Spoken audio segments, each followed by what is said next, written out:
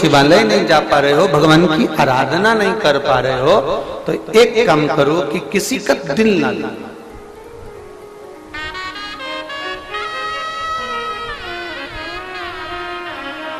कुछ अच्छा करने का प्रयास करिए, कुछ श्रेष्ठ करने का प्रयास करिए। कल अपनी कथा चल रही थी, 2 दिन से लगातार नागेश्वर ज्योतिर्लिंग का चरित्र चल रहा था। कथा में अपन पहुंचे थे कि वैश्य के घर में उसकी धर्म पत्नी के गर्भ से एक बेटे ने जन्म लिया था, जिसका नाम जम के बोलो रमेश था।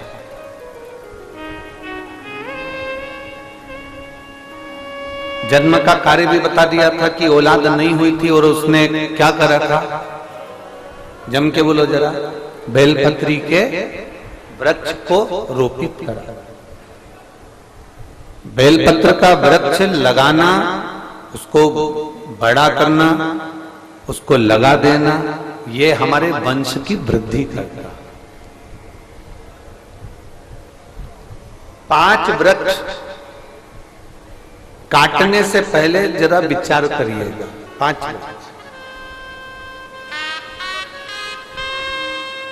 पहले नंबर का है बेलपत्री का वृक्ष, दूसरे नंबर पर है पीपल का वृक्ष, तीसरे नंबर पर है वट वृक्ष, चौथे नंबर पर है शमी वृक्ष और 5वें नंबर पर है आंवले का वृक्ष। ये 5 वृक्ष ऐसे हैं जिनको काटने का, जिनको निकालने का तरीका भी हम पूर्व में जो कथाएं 2018 की, 2019 की जो कथाएं आप लोगों ने कुबेरेश्वर धाम से सुनी होगी कोरोना महामारी में, उसमें हमने इसका तरीका भी बताया है कि आपको बेलपत्री का वृक्ष कैसे निकाल देना चाहिए। अगर आपको पीपल का वृक्ष काटना है तो उसको किस तरह से काटना चाहिए, आपको बट का वृक्ष काटना है तो उसको कैसे काटना चाहिए, शमी का वृक्ष, आंवले का वृक्ष यदि आपको काटना है तो उसको कैसे काटना चाहिए, ये सारा तरीका हमने 2018 की, 2019 की कथाओं में वर्णन किया है। YouTube पे डली होंगी कथाएं, आप उसमें सुन सकते। 5 वृक्ष को काटने से पहले, 5 वृक्ष को निकालने से पहले विचार करना चाहिए।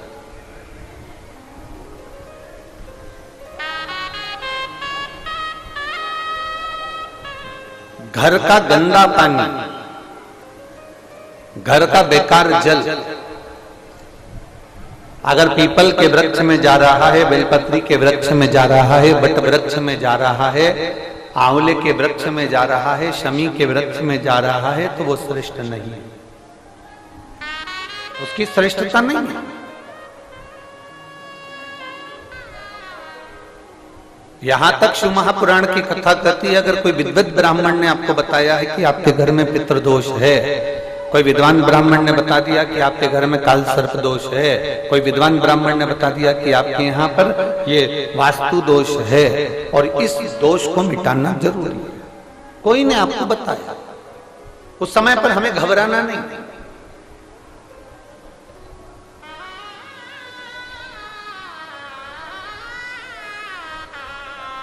उस समय में घबराने का क्रम नहीं है। कहते हैं पीपल का जो जल झड़ता है पीपल के वृक्ष से, आप लोगों ने कभी देखा है कि नहीं देखा, वो हमको नहीं मालूम।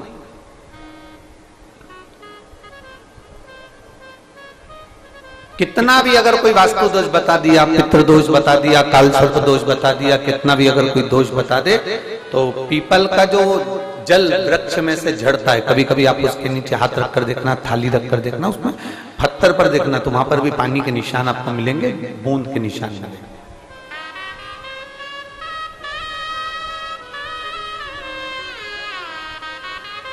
मात्र उस पीपल के वृक्ष के जल की एक बिंदी, एकमात्र बिंदी,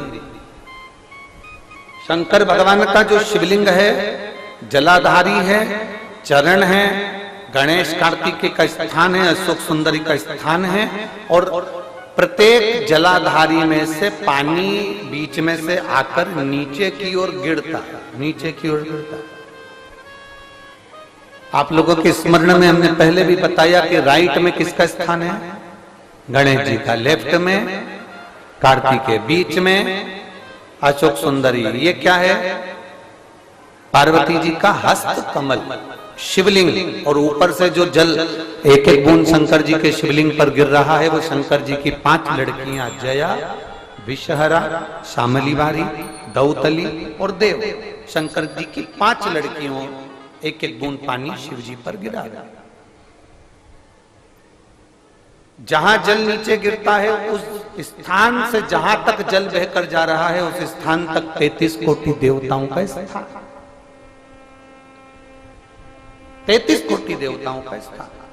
अब जहां पानी आया, जहां नीचे गिरा, उसके बीच में जो स्थान होता है, आप लोगों ने देखा है कि नहीं देखा? जिनने देखा है जरा हाथ उठाओ। ये पानी जैसे यहां तक आया और यहां के बाद नीचे गिरेगा, तब वो नाली के माध्यम से बाहर जाएगा। तो जितनी दूर यहां से वो नीचे की ओर जो गिर रहा है, यहां से वो नीचे की ओर जो पानी जा रहा है, ये जो स्थान होता है, ये हमारे 3 दोषों को निवारण तुरंत कर देता है। एक हमारा पितृदोष, एक हमारा कालसर्प दोष और एक हमारा वास्तु दोष का निवारण ये तुरंत करता है। और ये तो हमने केवल आपको शिव महापुराण के माध्यम से बताया कि ये 3 दोष का निवारण कर देता है। पर यदि कभी आप ध्यान से लिंग पुराण को पढ़ेंगे, आप यदि लिंग पुराण को पढ़ेंगे और गीता प्रेस गोरखपुर की लिंग पुराण को लाकर यदि आप पढ़ते हैं, या गीता प्रेस गोरखपुर की शिव अंक को भी आप अगर पढ़ेंगे, उसका नंबर हमारे स्मरण में नहीं आ रहा है, शिव अंक को भी अगर आप पढ़ेंगे तो उसमें भी आपको वर्णन मिलेगा कि हम तो केवल 3 दोष का बता रहे हैं, पर हमारे शास्त्र तो यहाँ पर और भी दोषों का वर्णन कर रहे हैं। जैसे किसी ने बता दिया आपको शनि का दोष है, किसी ने बता दिया मंगल का दोष है, किसी ने बता दिया आपको केतु का दोष है, किसी ने बता दिया आपको राहु का दोष है, किसी ने आपको कह दिया कि बृहस्पति का दोष है, किसी ने कह दिया आपको ये वाला दोष है। दुनिया के जितने दोष पीपल के वृक्ष के झड़ता हुआ जल की एक बूंद का स्पर्श, भले वो सूख गई हो, उसका एक स्पर्श मात्र जहां पानी नीचे की ओर गिर रहा है, उतनी परिधि, उतनी जगह के बीच में जहां से पानी गिरता है, बस उस स्थान पर अगर वो उंगली अपना नाम और गोत्र का स्मरण कर कर भी लगा दी जाए और एक लोटा जल चढ़ा दिया जाए, तो ये जितने दुनिया के दोष है वो अपने आप समाप्त हो ही जाते हैं। शंकर की बोल बम का नारा है। और अच्छे से समझ लो, जरा ध्यान में आ जाए आप लोगों के, नहीं तो गलत कर बैठो तो बहुत स्मरण रखिएगा। शिवलिंग जलाधारी, जलाधारी में से पानी बहता है नीचे की ओर जाता है। जितना मोटा शिवलिंग की ये जलाधारी होती है, उसमें से पानी जहां नीचे गिरता है, जितनी भी मोटी हो उसमें कहीं पर भी आप बिंदी लगा सकते, कहीं उस स्थान पर आप कहीं पर भी उस बिंदी को लगा सकते। कोई कह दे तुमको कि तुम्हारा मंगल गड़बड़ है, कोई कह दे तुमको तुम्हारा राहु गड़बड़ है, कोई कह दे तुमको तुम्हारा केतु गड़बड़ है, कोई तुमसे कह दे तुम्हारा बृहस्पति गड़बड़ है, तो समझ लेना कि हमारे ग्रह की दशा को सुधारने के लिए ये जो स्थान है, बस उस स्थान पर एक बिंदु बहुत एक। अब आज के जमाने में आपने देखा होगा, जब से आप शंकर जी को जल चढ़ाना प्रारंभ करें, जब से आपने शिव महापुराण की कथा सुनना प्रारंभ करी, तब से आपने सुना होगा कि कोई भी अब ज्यादा आपको सुनने को नहीं मिलता कि वास्तु दोष हो गया, कि पितृदोष हो गया, कि कालसर्प दोष हो गया। इसके पहले का जो समय था, उस समय किसी को भी पत्रिका दिखाओ, किसी के पास भी जाओ, वास्तु दोष, कालसर्प दोष, पितृदोष, ये सारे दोष चलते रहते थे। पर तुमने जो एक लोटा जल शंकर भगवान को समर्पित करा, तुम्हारा चढ़ा हुआ जल उसी स्थान से नीचे गिर रहा है जहां हमने बिंदी लगाने का बताया, वहां से नीचे गिर रहा है, तो तुम्हारा दोष जल चढ़ाते चढ़ाते अपने आप वो दोष समाप्त होता चलेगा। सारी समस्या का हल एक लोटा जल। आप जो भगवान शंकर को समर्पित कर रहे हैं, आप भगवान शिव को जो दे रहे हैं, उसमें एक मूलता का भाव प्रकट हो अपने